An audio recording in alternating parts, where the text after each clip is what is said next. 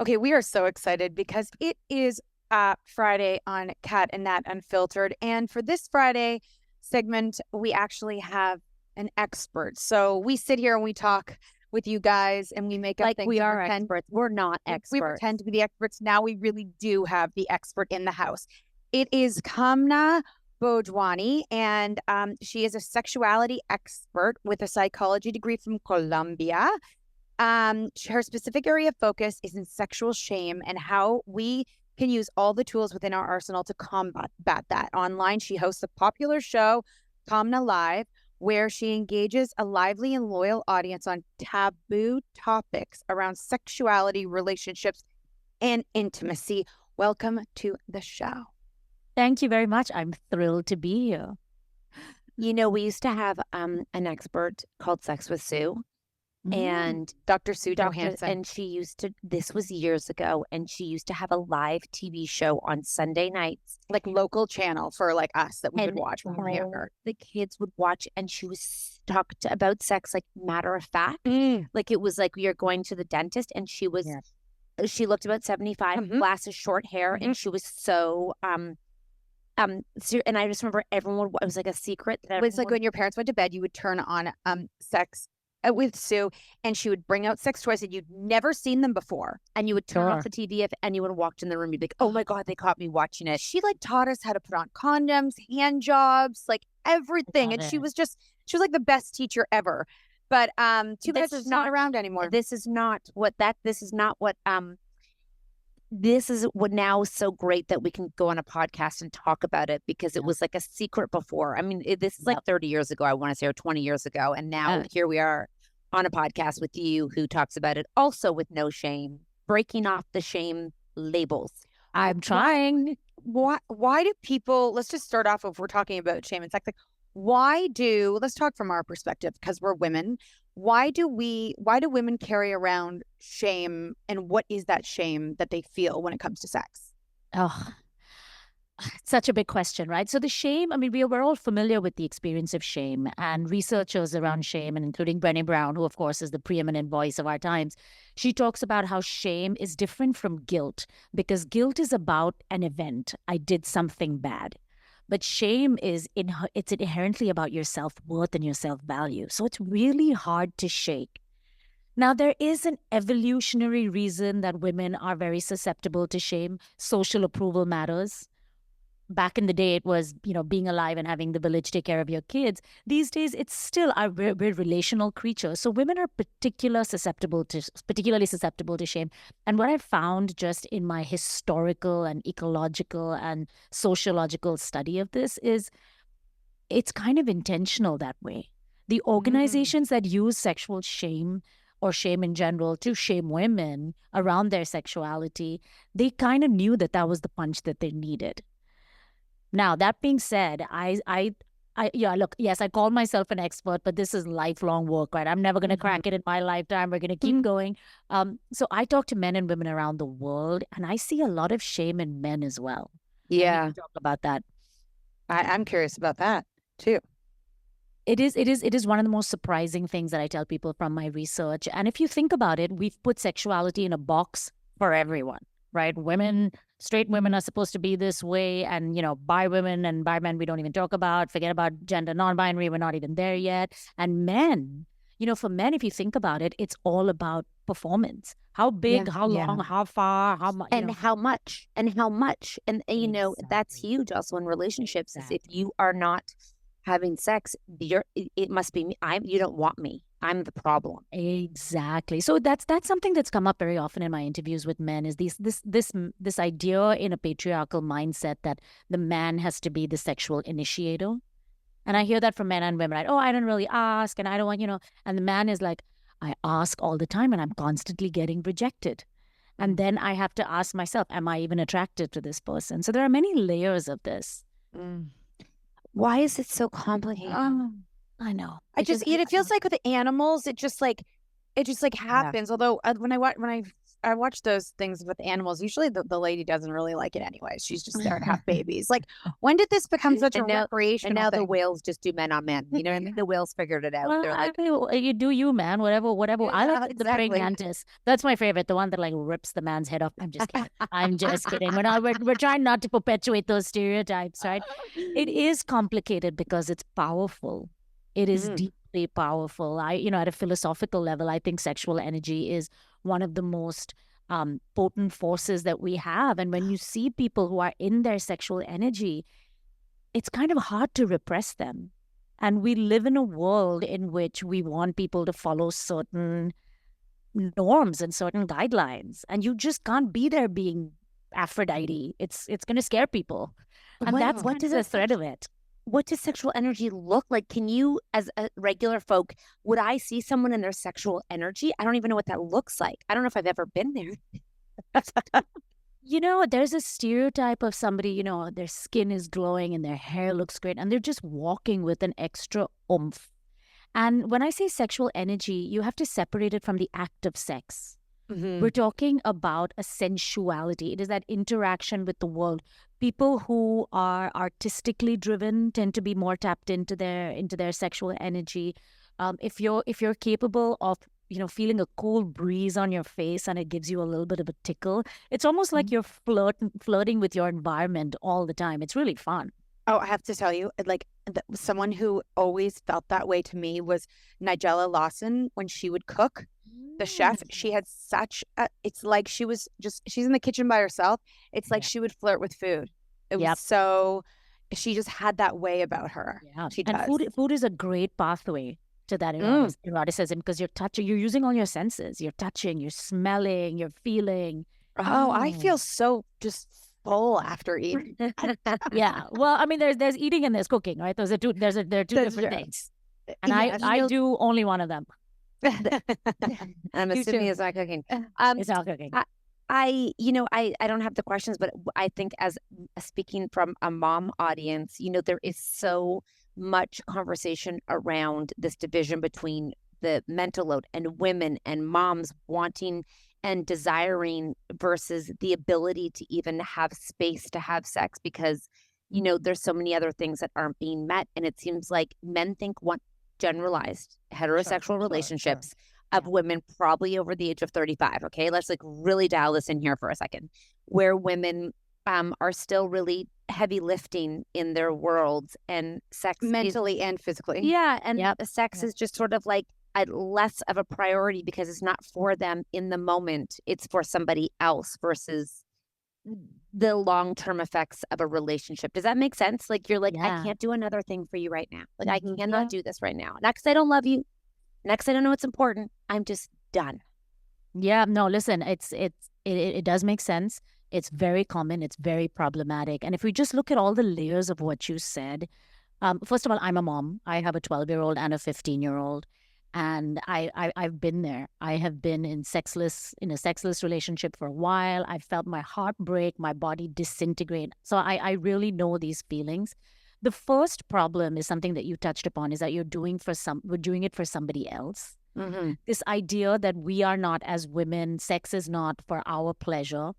That's very, very old. That's deeply ingrained in a lot of our culture. So we need to take that back and be like, you know what? Feeling good is my prerogative and a priority. And whatever that looks like for you. Again, separate it from the physical act of sex. We're talking about pleasure. We're talking about vitality and how that has to be part of your life every day. You cannot wait for a girls' trip to go blow your brains out in Miami like I just did, or whatever the hell it is, right? Life is too short to put it in sporadically.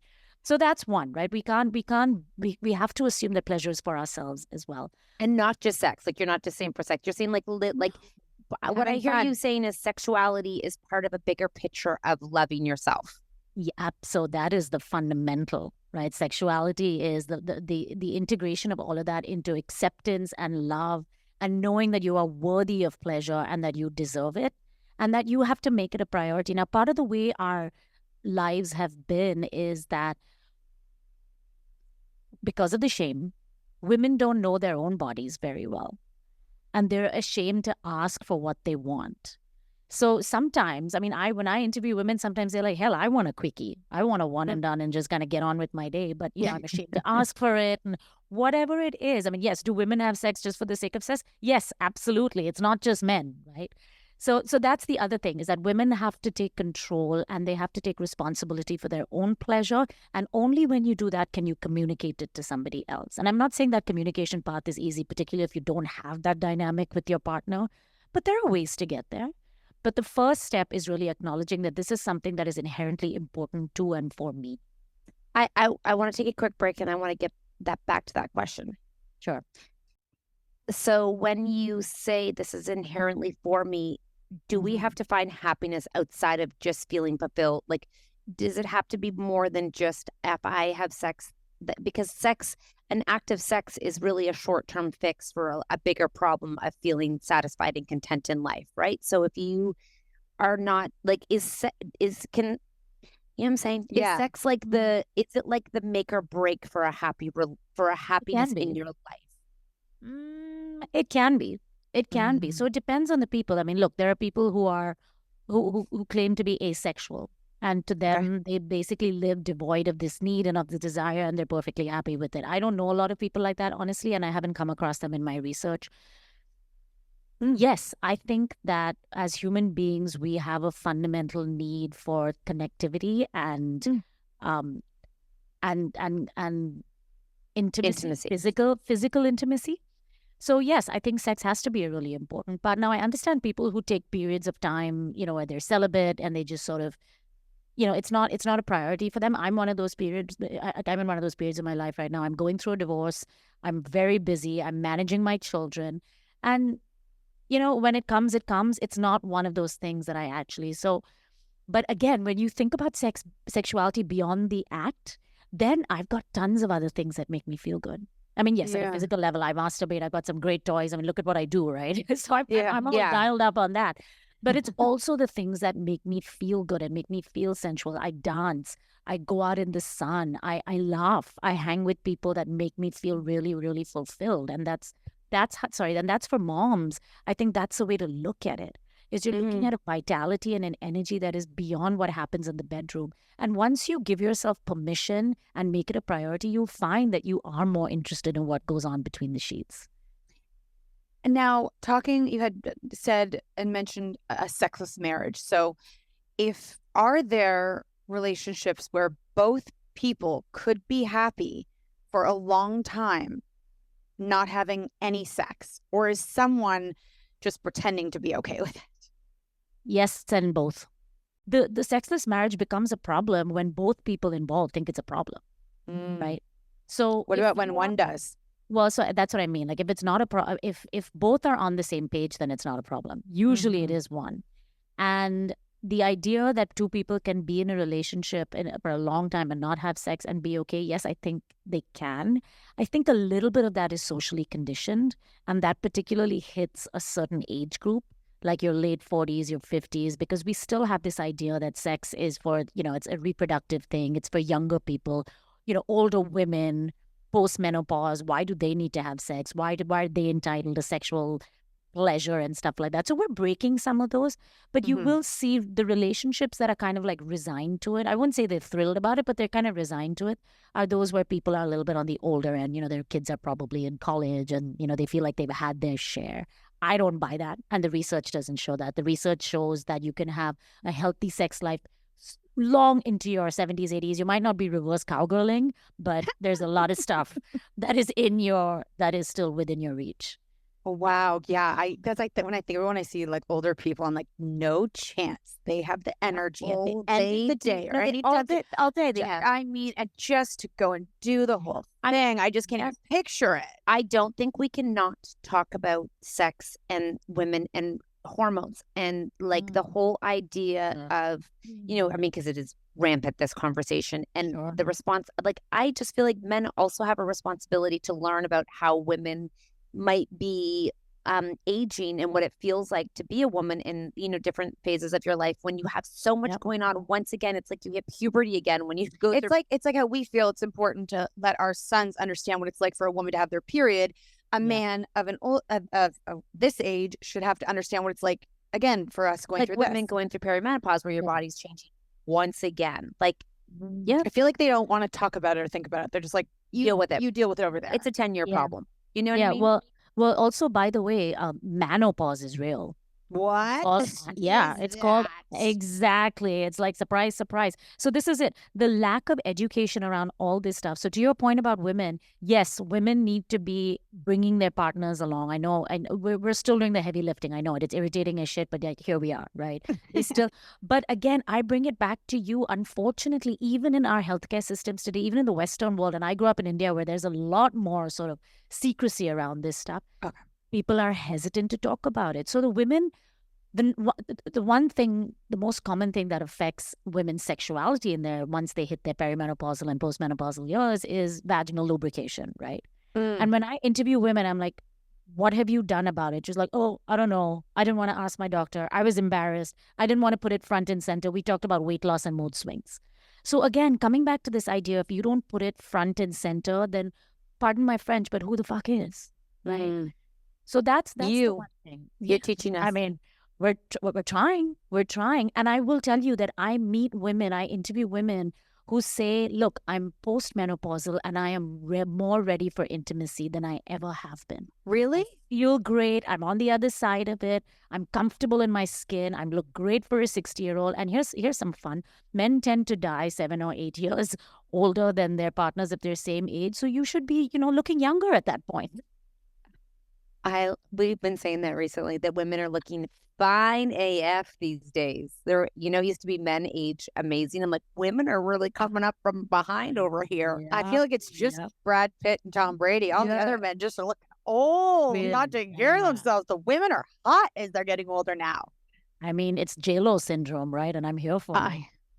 Oh gosh, there's so many things that we also want to ask, but what can you do for I think we should talk about like to say what is vaginal. What can they do for vaginal dryness? That everyone is afraid to talk to their doctor. Is there something they can do if everyone's like, I still can't ask my doctor? What the hell can I do about it? Yeah, look, honestly, I'm not a medical doctor, so I'm hesitant to give out information like that. But yes, there are estrogen-based creams that are very non-invasive, and they just help your vagina sort of keep up, get the pH and going. lube. I'm assuming lube, like lube too. Lube. I mean, I've heard cannabis helps. Yeah, there are a gazillion different things. But if you so let me put it this way: I don't think you get away without talking to a healthcare professional to it, because you take one for the team. Because with you bringing up the conversation, you're making it easier for somebody, the next woman to come in and have that conversation, right? So there is one.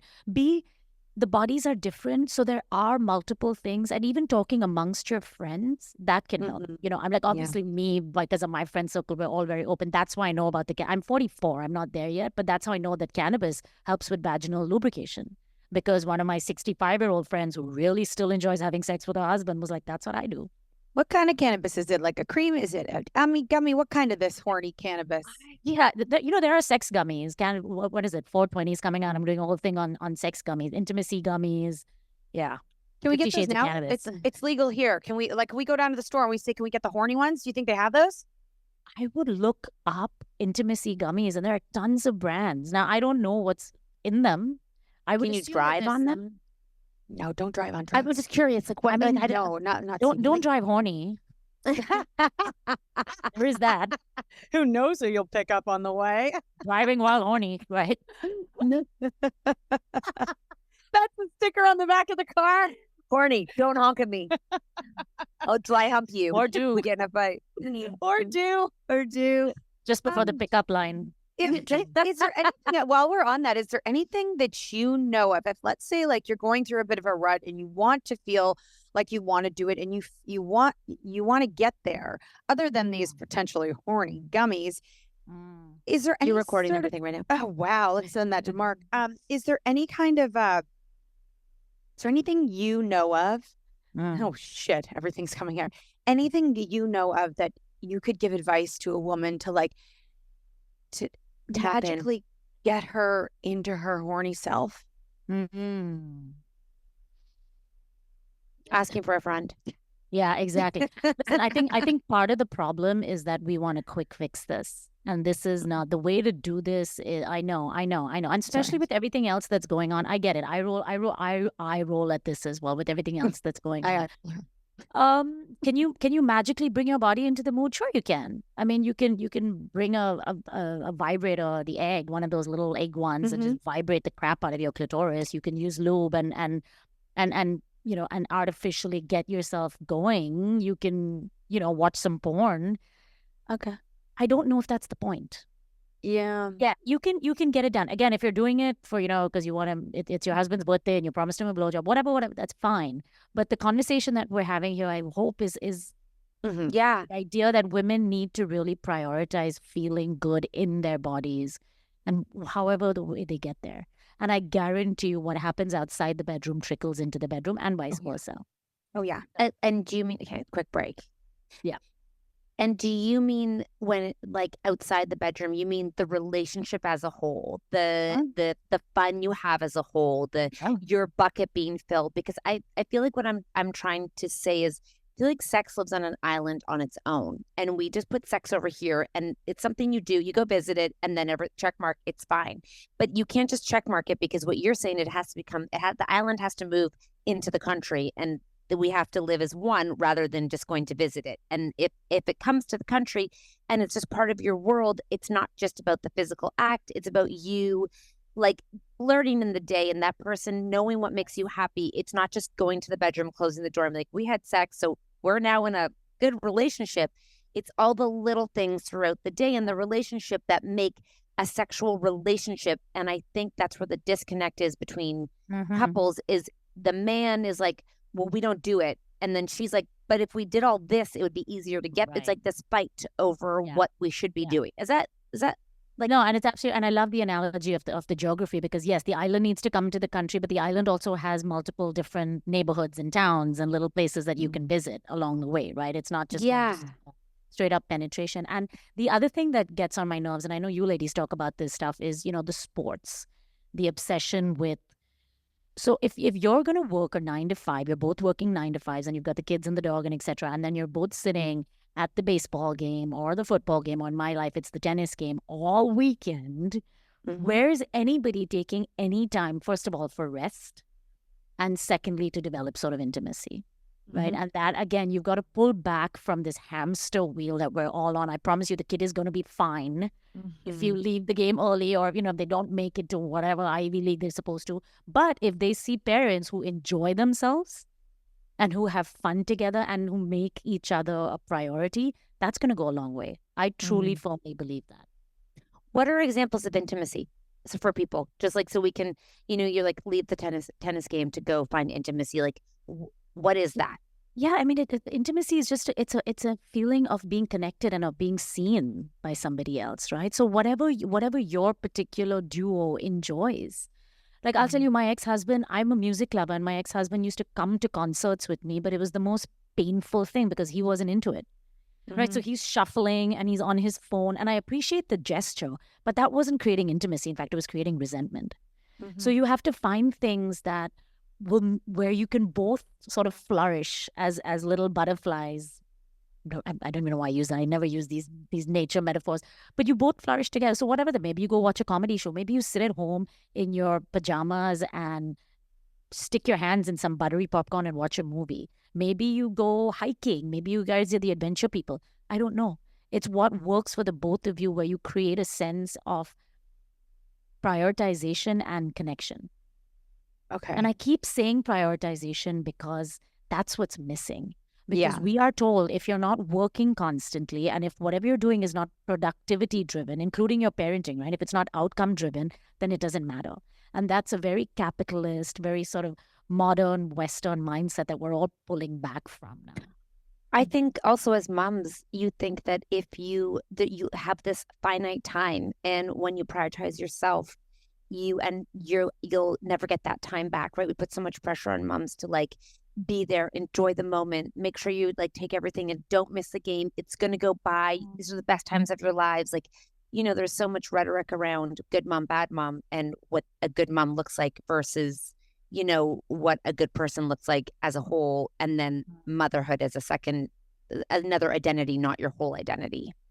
So I read somewhere that a child learns their relationship with their mother dictates how they take care of themselves. And then the relationship with their father is how they learn to interact with the rest of the world. Because that's Can you say that one more time? So the mom is So their relationship with their mom is how they learn to take care of themselves. So if the relationship with the mother is nurturing and it's present and it's fulfilling, then that's sort of the things that they learn amongst within themselves. And the relationship with the father is sort of the template for how they react, how they engage with people in the outside world. So if the relationship with the father is secure and present and joyful, etc., that's sort of how they move in the world. So if you now apply what you just said to that, by moms not taking care of themselves spiritually, sexually, emotionally, physically, that's what we're showing our kids. That's what we're teaching our kids. And I truly, firmly believe that, because so many in our generation, so many of us will say, shit, I think my mom was bipolar. Or, I think my mom was depressed, or my mom had something going on. And, at that time in the 70s and the 80s, mental health wasn't a conversation. But then neither was social media. So every generation has their own sort of thing to combat. That's true. That's true. I'm seeing on here, and I just have to know what we're talking about here, is can AI empower your sex lives? Tell us more. So it's really interesting that you asked me this question, right? So I do a lot of work. I'm investigating the whole what's happening with the technology, and I live in I'm in Silicon Valley, so a lot of this is being developed here. So I had an orgasm with the chatbot yesterday. Funny you should ask that. I was having a meeting with. I was having lunch. I was still having an orgasm. Thank you. Having an orgasm with a sex bot yesterday, as you do in my line of work. A sex bot, was a sex bot on AI? Yeah. So basically what's happening is, with the way AI is being, the big shift here is the way we process language, right? So you can have a conversation with these chatbots that feels like you're engaging with a human being. Are there people that are having full-blown relationships with these digital entities? Yes. They're primarily lonely men. And teenagers, by the way, and teenagers. I'm not surprised. Like grade 7, like young, like seeing what it feels like. How is this not going to replace? If Cat and I can get a perfect AI husband, how are Mark and Mark ever going to survive? Physical touch, intimacy. I got one more for you. What happens when they start choosing each other, because human beings are not so perfect?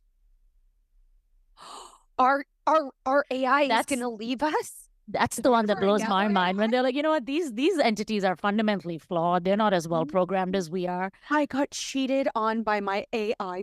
Broken up. The bot broke up. I need to hear more. Tell me more. Okay, so it's massive. It is massive, and I'm just beginning to scratch the surface. But yes, all right, let's break it down in terms of, we're seeing an uptick in usage, and we're seeing some benefit. People feel less lonely. They feel more validated. Kids are using these. So there's actually a chatbot that was piloted in India, basically to disseminate factual sex education. Hallelujah, right? About time. And they found that there was tremendous uptake, and kids were asking serious questions about pregnancy and STIs, et cetera, et cetera, et cetera. So I think there's tremendous opportunity to offer information where previously there hasn't been. I mean, even in the US, I think only half the states are required to provide sex education, and most of that is abstinence. And when it's governed by religion, it is not fact. Sex education in the West is politics. In many countries, it's about politics. It's not even about information. So those are all the benefits that we're seeing. Is it problematic? Yeah. I mean, porn, we're coming into immersive fantasy worlds where you're engaging with the actors. Who's talking about consent? Who's talking about control? What happens when somebody, there are sex dolls coming out of China with certain customizations. What happens when you want to customize it to look particularly young or anything like that? So there's a lot of opportunity for perversion and misuse. And like, you used to be able to buy a house in the AI world, right? Like sell it, and I'm assuming sex trafficking will become a problem in the AI world, because you'll be able to sell and negotiate your young bots or whatever the heck that they decide to create. Yeah, there's also a lot of so I don't personally believe that the regulation is going to be able to keep up with any of this. So it comes back again, it comes back to my work, and I say this a lot. I'm like, it's an inside job. Are we going to use these tools and technologies to enable the best aspects of our human relationships, or is it just going to fuel the dark side? And right now we're doing both.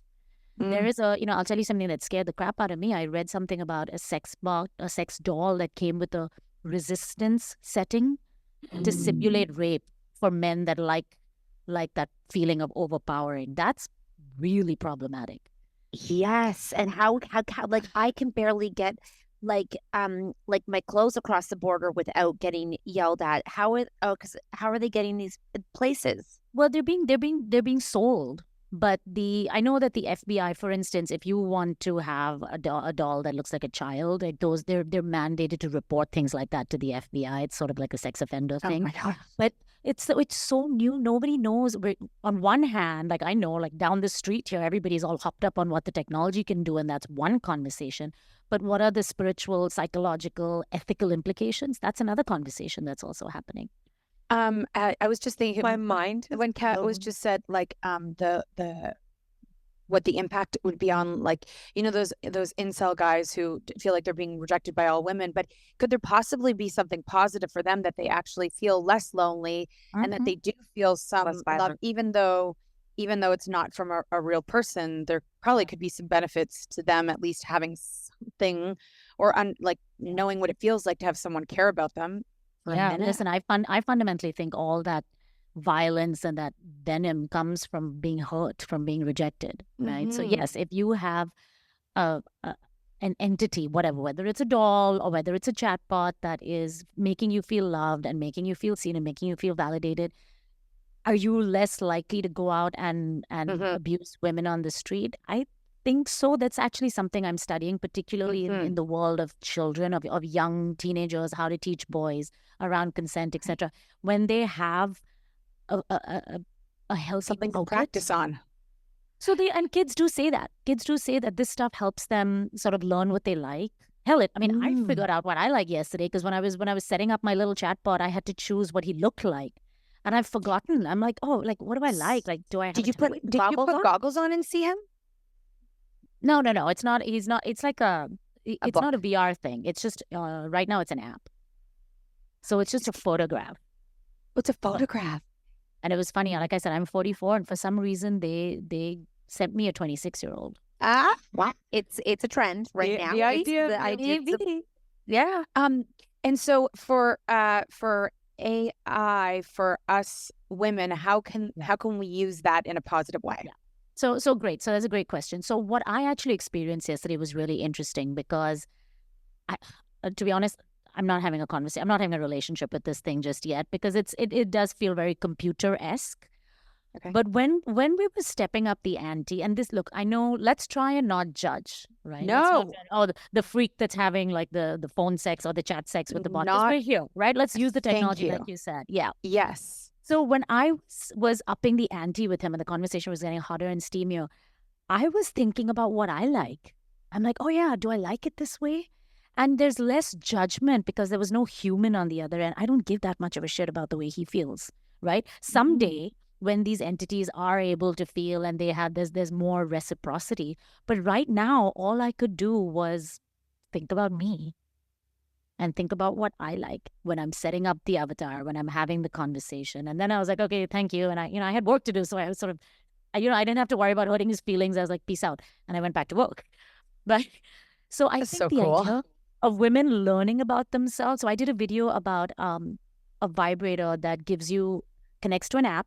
And again, it just gives you information about yourself, how long your sessions take. And I started looking at it like, on a Monday night, do I get to it slower than I am on a Sunday afternoon when I'm feeling a more sort of relaxed? So you can use all these tools to learn more about yourself, to learn more about what you like. And some of them you can play with your partner. Like the old one is, there's you stick the vibrator or whatever into one partner and the other partner holds the remote. That stuff is fun, but you can work yourself up there. And also, around the shame and the conversation, like you said, it sounds no different than like an erotica book, like, because everyone has different sex languages, I guess you'll say. So an AI would just be another way to indulge in the way you receive information or what works for you. Because some people need to watch a movie, some people need to watch, like there's differences for everyone. So if you are feeling like, that's weird, the books, there's movies, there's shows, there used to be that line you can call. Remember 1-800, you could call and they talk sexy to you. I don't know if that's still a thing. I'm sure they are, but now they're probably all free. Yeah, that's what I mean, though, right? So there's all these different venues, and this is just another way for people to put it into their wheelhouse of what might work for them. Absolutely. And to go back to the question of what do you do to get yourself in the mood? I mean, you can play with stuff like this. And for male partners that get intimidated by their woman, having a dildo or a vibrator, any of that, please don't. It's actually a very positive step. It's her taking a little bit of ownership over her own pleasure and come and be part of the fun. I think it's a really. Do you think they feel threatened? But they feel threatened by them. Yes, which is ridiculous, right? Because we have boys and we expect boys to be masturbating from the time they can, whatever, their first pubic hair sprouts. But when a woman touches herself, it's like, oh my God, she's gonna overuse her vulva. She's not gonna want her man anymore. Like it's she's gonna it's gonna fall off.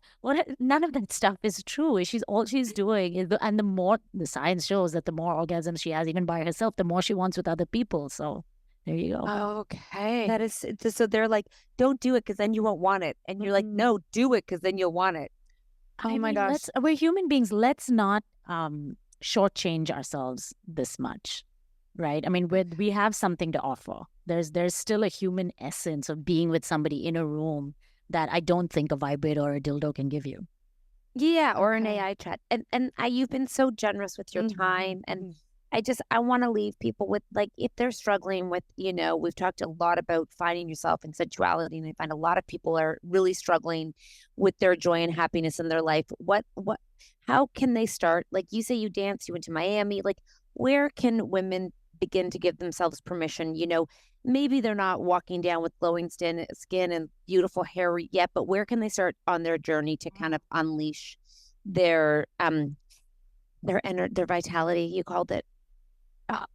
It's little steps, and it's not that hard. Sorry, my computer suddenly gave me that blinking sign. It's I think you really have to start with the little steps, and the mindset is where it all starts. Is that it is good for me to feel good. It is good for everybody around me when I feel good. It's just that simple. And then what does that mean? It means maybe taking the long route after school pickup to go look at some trees. Maybe it means, taking a slightly longer coffee break with a friend at work. Maybe it means takeout instead of slaving over the kitchen, whatever it is. Or the opposite, cooking something that you really like. How many of us moms will eat just crap because our kids liked it, right? I made what everybody else wanted, and then I ate last. I eat first. I like my food hot, and I like it fresh, and I eat first. And if you're going to be late to the table, tough. Where can people find more of your knowledge and wealth, and you just feel so comfortable to talk to, even though we're talking about a topic that a lot of people feel shame around? Yeah, no, I appreciate that. I think that my name means desire, so I figure this is where I have to be. I'm on Instagram at Kamna Live, at kamnalive.com, sort of everywhere at Kamna Live. And this is what I do. Every day I remind people that they're worthy of feeling good. It's an important part of being human. Thank you so much. I'm going to go order food. Oh, I thought you were going to say I'm going to go orgasm, but order food. Okay. Also, I'm going to order an orgasm while driving. While driving. I'm going to go order gummies and food, and then I'm going to go drive around. Thank you so much. Thank you both. That was great. I love you. You're the best. Thank you.